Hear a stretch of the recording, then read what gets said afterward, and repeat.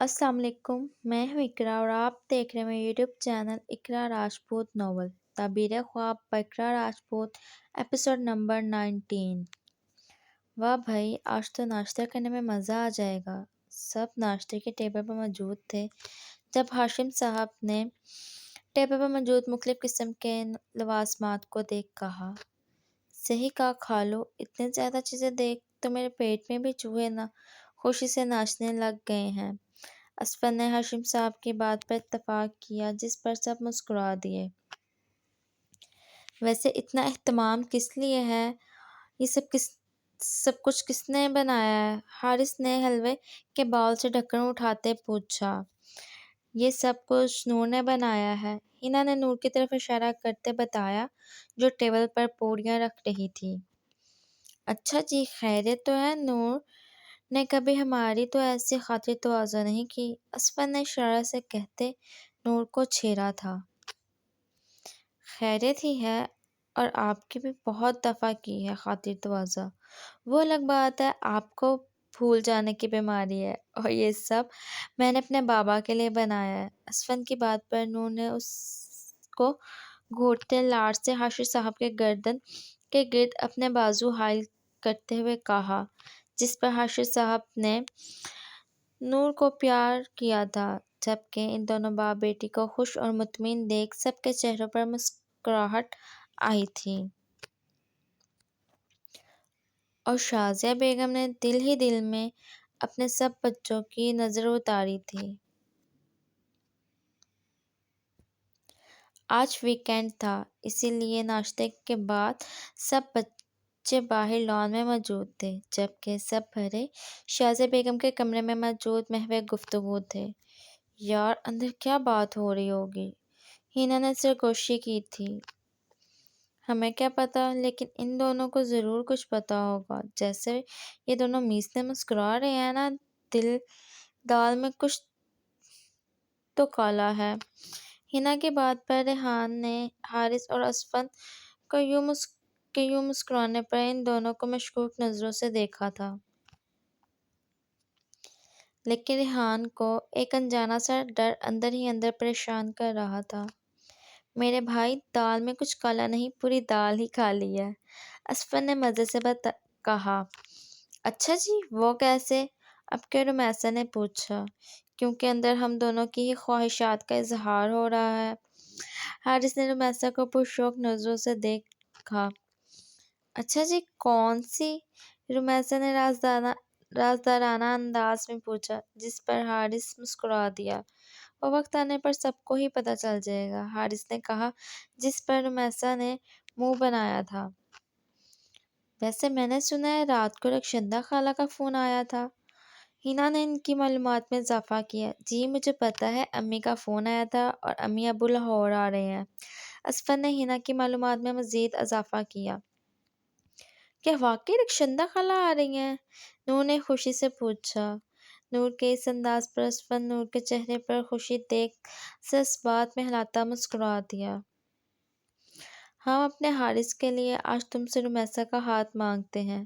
اس time سب بڑے شازیہ بیگم کے کمرے میں موجود تھے، جب شازیہ بیگم نے دلاور صاحب سے کہا۔ شازیہ بیگم کی بات پر بے ساختہ دلاور صاحب نے ہاشم صاحب اور رخسار بیگم کی طرف دیکھا تھا، جو ان کے جواب کے منتظر تھے۔ کیا تمہیں کوئی اعتراض ہے؟ دلاور صاحب کو خاموش دیکھ شازیہ بیگم نے پوچھا۔ نہیں، مجھے کیا اعتراض ہوگا بڑی امی، میں بہت خوش ہوں۔ حارث اپنا ہی بچہ ہے، بہت سلجھا ہوا سمجھدار ہے، دلاور صاحب نے خوشگوار حیرت کے ساتھ جواب دیا۔ چلو ٹھیک ہے، تم پھر بھی ایک دفعہ ریحان اور رمیسا بیٹی سے اس بارے میں بات کر لو۔ اور حاشر، رات کو رخشندہ کا بھی فون آیا تھا، وہ بھی اب کہہ رہی ہے کہ اب ہمیں نور اور اسفر کا نکاح کر دینا چاہیے۔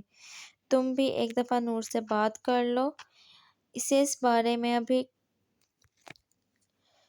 کچھ معلوم نہیں ہے۔ شازیہ بیگم نے دلاور صاحب سے کہتے حاشر صاحب کو مخاطب کیا تھا۔ ٹھیک ہے، میں کر لوں گا نور سے بات، حاشر صاحب نے کہا۔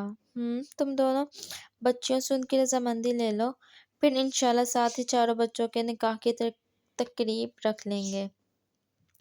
شازیہ بیگم نے کہا، جس پر سب نے ہی مسکراتے ہوئے سر اس بات میں ہلایا تھا۔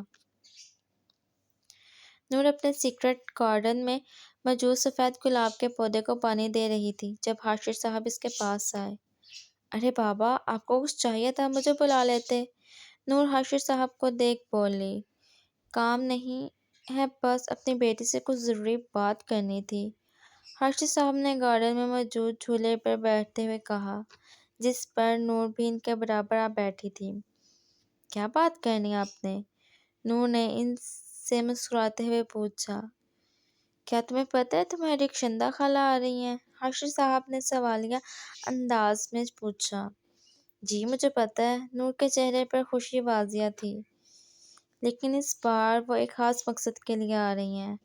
حاشر صاحب نے بغور سے دیکھا تھا۔ کیسے خاص مقصد کے لیے؟ اب کہ نور کچھ الجھی تھی۔ تمہیں اس بات کا علم نہیں ہے، لیکن تمہارے بچپن میں ہی تمہاری دادی نے اسفند کے ساتھ تمہاری نسبت طے کر دی تھی۔ اب تمہاری خالہ تمہارے اور اسفند کے نکاح کی ڈیٹ فکس کرنے آ رہی ہیں۔ حاشر صاحب نے اسے ساری بات سے آگاہ کیا۔ نور، جو تھوڑی دیر پہلے تک بہت خوش تھی، حاشر صاحب کی بات پہ اس کے چہرے کی مسکراہٹ سمٹی تھی۔ اس نے بے یقینی سے حاشر صاحب کی طرف دیکھا۔ یہ ہم سب کی خواہش ہے، اور اسفند بہت اچھا بچہ ہے۔ تم دونوں میں دوستی بھی بہت گہری ہے، تو بتاؤ تمہاری اس بارے میں کیا رائے ہے؟ حاشر صاحب نے اس سے پوچھا، جبکہ نور نے گہرا سانس لیتے اپنی آنکھیں میچی تھیں۔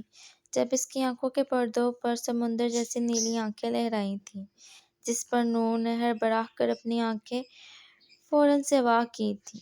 یہ کیا تھا؟ نور نے ہم کلامی سے انداز میں سرگوشی کی تھی۔ اینا بیٹا، پھر آپ کا کیا جواب ہے؟ حاشر صاحب نے اس سے دوبارہ پوچھا، جس پر نور نے اپنی تمام سوچیں جھٹکی تھیں۔ بس ایک ہی بات اس کے ذہن میں تھی کہ سب کی خواہش ہے۔ جیسا آپ سب کو مناسب لگے، نور نے ضبط سے کہا۔ اسے نہیں پتا تھا کہ ابھی کچھ لمحے پہلے اسے کیا ہوا، لیکن جو بھی تھا بہت عجیب تھا۔ وہ سمجھنے سے قاصر تھی۔ جبکہ نور کی رضامندی پر حاشر صاحب نے خوشی سے اسے اپنے سینے سے لگاتے اس کے ماتھے پہ بوسہ دیا تھا۔